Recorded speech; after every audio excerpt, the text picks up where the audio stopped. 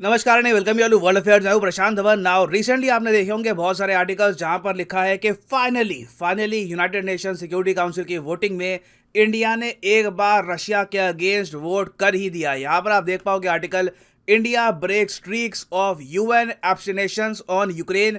इससे पहले आप अगर देखो तो ज़्यादातर जब भी यूक्रेन पर वोटिंग हुई है ना, इंडिया ने कर दिया था एब्सटेन। ना हम इनकी साइड ना रशिया के अगेंस्ट वोट करेंगे, हम बिल्कुल न्यूट्रल है यहाँ पर, हमने यहाँ पर कर दिया एब्सटेन। मगर पहली बार है कि इंडिया ने यहाँ पर रशिया के अगेंस्ट वोट किया है। हालांकि ऑफिशियली इंडियन गवर्नमेंट का स्टांस ये है कि हमने रशिया के अगेंस्ट वोट नहीं किया, हमने बस अलाउ किया है कि यूक्रेन के प्रेसिडेंट यूएन सिक्योरिटी काउंसिल में एक वीडियो कॉन्फ्रेंसिंग के जरिए बातचीत कर पाए। तो इस वीडियो में हम बात करेंगे कि रिसेंटली इंडिया ने किस इशू पर वोट किया है, ये वोट रशिया के अगेंस्ट कैसे हो गया और भारत सरकार का यहाँ पर क्या स्टांस है, बाकी कंट्रीज के वोट का क्या हुआ, क्योंकि यूएन सिक्योरिटी काउंसिल में टोटल 15 मेंबर आपको मिलेंगे। डिस्कस करते हैं इस टॉपिक को इन डेप्थ। मगर आगे बढ़ने से पहले आपसे क्वेश्चन पूछूंगा। क्वेश्चन यहाँ पर यह है कि भारत के विदेश मंत्री आज के समय साउथ अमेरिका की यात्रा पे है। आपको बताना है कि वो 3 देश कौन से हैं जिन्हें भारत के विदेश मंत्री ने किया है विजिट। ये है यहाँ पे आपकी ऑप्शन, वेनेजुएला, अर्जेंटीना, ब्राजील, ये ऑप्शन 1 हो गई। Brazil, Paraguay, Argentina option 2, Brazil, Colombia and Argentina option 3, या फिर Brazil, Uruguay and Paraguay option 4। सब लोग कमेंट सेक्शन में इसका आंसर करो। जो लोग सही आंसर करेंगे उनकी कमेंट को मैं हार्ट दे दूंगा ताकि बाकी लोग भी समझ पाए कि सही आंसर क्या है। तो रिसेंटली 24 अगस्त को आप सबको पता होगा यूक्रेन का इंडिपेंडेंस डे था। ये ऐसा इंडिपेंडेंस डे था जो पूरी दुनिया ने ऑलमोस्ट ऑब्जर्व किया, क्योंकि यूक्रेन कैसे भी करके आज के समय अपने वजूद के लिए लड़ रहा है। और व्लादिमीर ज़ेलेंस्की यूक्रेन के जो प्रेसिडेंट हैं, उन्होंने यहाँ पर यह भी कह दिया कि हम आखिर तक लड़ते रहेंगे अपनी इंडिपेंडेंस के लिए। ये कभी भी रशिया का part, as a whole country Russia का पार्ट नहीं बनना चाहते ना। दूसरी तरफ रशिया काफी अनरिलेंटिंग था, रशिया की तरफ से काफी अग्रेसिव स्टेटमेंट्स आई और रशिया ने एक मिसाइल अटैक भी किया यूक्रेन पे, जहां पर बताया जा रहा है कि 22 सिविलियंस की मौत हो गई सीधा यूक्रेन के इंडिपेंडेंस डे पर। ना ये तो इशू था यूक्रेन और रशिया का। इसके अलावा आपने देखा कि यूएसए ने यूक्रेन का मनोबल बढ़ाने के लिए एक $3 बिलियन की एडिशनल मिलिट्री एड इनके लिए कर दी सैंक्शन। तो टोटल आप अगर देखो यूएसए की जो मिलिट्री हेल्प है इन टोटलिटी, ये अब $10 बिलियन से भी बहुत ऊपर जा चुकी है। बाकी देशों ने भी बहुत कंट्रीब्यूट किया यहाँ पर, यूके, जर्मनी, कनाडा, पोलैंड। और एक्चुअली यूके से मुझे याद आया, रिसेंटली यूके के जो करंट प्राइम मिनिस्टर हैं बोरिस जॉनसन, तो इनसे पूछा गया रिसेंटली कि यूक्रेन को लगातार यूके, यूएस जो पैसा दे रहे हैं, ये पैसा घूम फिर के कहाँ से आ रहा है? जो वहाँ पे आम आदमी है, जो काम करता है और लगातार टैक्स पे करता है, वही पैसा दिया जा रहा है यूक्रेन को। तो क्या ये ठीक है यूके और यूएसए में जो आम इंसान है उसके द्वारा दिया गया टैक्स मनी बिना उससे पूछे सीधा आप पकड़ा दो यूक्रेन को? तो बोरिस जॉनसन ने कहा कि हाँ, ये बिल्कुल ठीक है, यूक्रेन की लड़ाई मैटर करती है पूरे वेस्टर्न वर्ल्ड को और ये लोग इंश्योर करेंगे कि लगातार यूक्रेन को इन द फ्यूचर भी बिलियंस ऑफ डॉलर्स मिलते रहे। नाउ अब सिंस यूक्रेन अपना इंडिपेंडेंस डे सेलिब्रेट कर रहा था, यूके, यूएस की तरफ से पैसा आया, इनको काफ़ी फंडिंग आई, तो यूक्रेन के जो करंट प्रेसिडेंट है ज़ेलेंस्की, ये चाहते थे कि यूएन सिक्योरिटी काउंसिल की मीटिंग में ये वीडियो कॉन्फ्रेंसिंग से आए और एक भाषण दे यहाँ पर। यहाँ पे ऑब्वियसली कई कंट्रीज़ का ये थैंक करेंगे कि आपने हमारी हेल्प करी, रशिया के खिलाफ भला बुरा कहेंगे कि बहुत बुरा करा रशिया, सिविलियंस को मार दिया।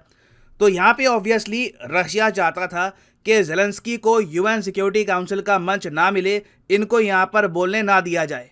तो अब डिसाइड यहाँ पर यह करना था कि किसकी सुने हम, क्योंकि यूएन सिक्योरिटी काउंसिल में जो 15 मेंबर कंट्रीज़ हैं उनमें से मेजॉरिटी तो चाहती थी कि ज़ेलेंस्की को बोलने का अधिकार होना चाहिए कि ठीक है आप आके यूएन सिक्योरिटी काउंसिल में बोल लो, वहाँ पे हम आपको नहीं रोकेंगे। मगर रशिया वहाँ पर भी ज़ेलेंस्की को रोकना चाहता था। तो इन दी एंड यहाँ पर क्या हुआ कि करनी पड़ी वोटिंग। अब अगेन मैं यहाँ पे मेंशन कर दूँ, ये एक ऐसी वोटिंग थी जहाँ पर वीटो का कोई रोल नहीं था। यूजुअली आपको पता होगा कि यूएन सिक्योरिटी काउंसिल में जब वोटिंग होती है तो जो 5 स्थायी मेंबर है जैसे कि China, Russia, France, UK, USA, इनके पास होता है वीटो वोट। मतलब कि इनमें से एक कंट्री भी अगर असहमत है, उसने वीटो कर दिया, तो पूरा प्रपोजल हो जाता है कैंसल। डज नॉट मैटर चाहे बाकी 14 कंट्रीज ने प्रपोजल को अप्रूव किया हो, ओनली 1 वीटो इज इनफ। मगर since Zelensky UN security council में बोलेंगे या नहीं बोलेंगे, ये एक प्रोसीजरल मैटर था। यहाँ पे ऐसा नहीं है कि कुछ रेजोल्यूशन घोषित कर रहे हैं या फिर सैंक्शन लगा रहे हैं,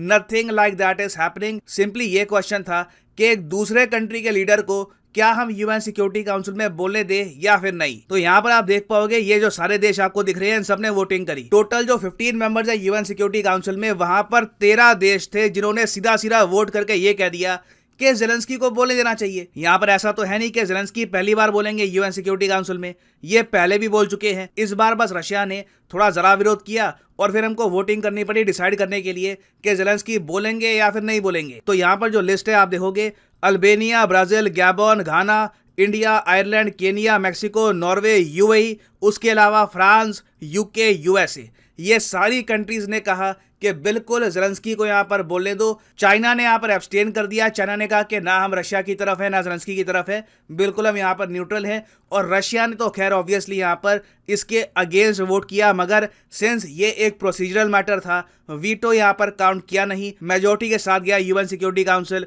और ज़ेलेंस्की को बोलने दिया गया।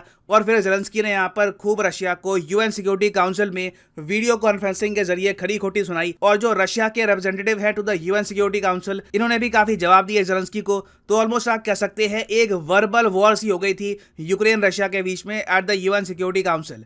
अब इंडिया का यहाँ पर स्टांस क्या है, एक बार मैं चाहता हूँ आप सुने। My understanding is we have not voted against anybody. It was a proposal to allow him to vote, to speak virtually, and we supported it. I think this was the third occasion that he spoke virtually. There were 2 occasions in the past when he spoke virtually, and we supported that. So there's no question of us voting against Russia.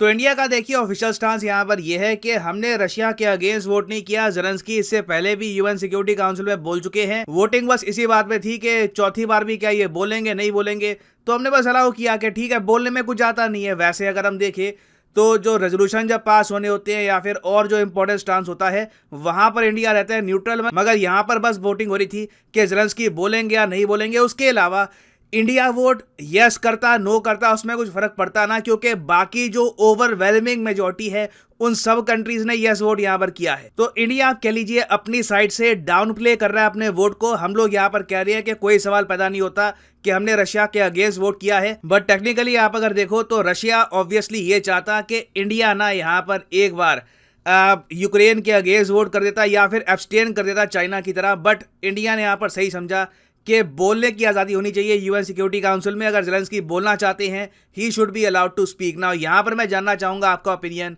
कि आपके हिसाब से India का stance यहाँ पर ठीक था या फिर आप मानते हैं कि नहीं, एक जो पॉलिसी चलती आ रही थी उसको कंटिन्यू करते चाइना की तरह इंडिया को भी यहाँ पर करना चाहिए था एब्सटेन। लिखिएगा इसके बारे में कमेंट सेक्शन में, मैं जेन्युइनली जानना चाहूंगा आपका ओपिनियन। सो वापस आते हैं अपने क्वेश्चन की तरफ कि इंडिया के विदेश मंत्री रिसेंटली गए हैं साउथ अमेरिका में। यहाँ पर 3 कंट्रीज वो कौन सी है जो ये विजिट करेंगे या फिर कर चुके हैं। तो सही उत्तर यहाँ पे है option B is the right answer, Brazil, Paraguay और अर्जेंटीना। यहाँ पर आप देख पाओगे डॉक्टर एजा Shankar to visit Brazil, Paraguay and Argentina, क्योंकि साउथ अमेरिका से टोटल ट्रेड जो है इंडिया का ये $50 बिलियन से ऊपर का है। साउथ अमेरिका की इंपॉर्टेंस इंडिया के लिए बढ़ती रहेगी आने वाले कई सालों में। और फाइनली आप सब लोगों के लिए एक बहुत ही important piece of information, Unacademy की अभी एक स्पेशल सेल चल रही है सारे कोर्सेज पर। तो अगर मान लीजिए फॉर एग्जांपल आप प्रिपेयर कर रहे हैं एसएससी बैंक एग्जाम्स के लिए, तो यहाँ पर एक बहुत ही स्पेशल ऑफर है। कमेंट सेक्शन में जाइए और यहाँ पे आप परचेज कर सकते हैं एसएससी बैंक या फिर एसएससी बैंक कॉम्बो लिंक।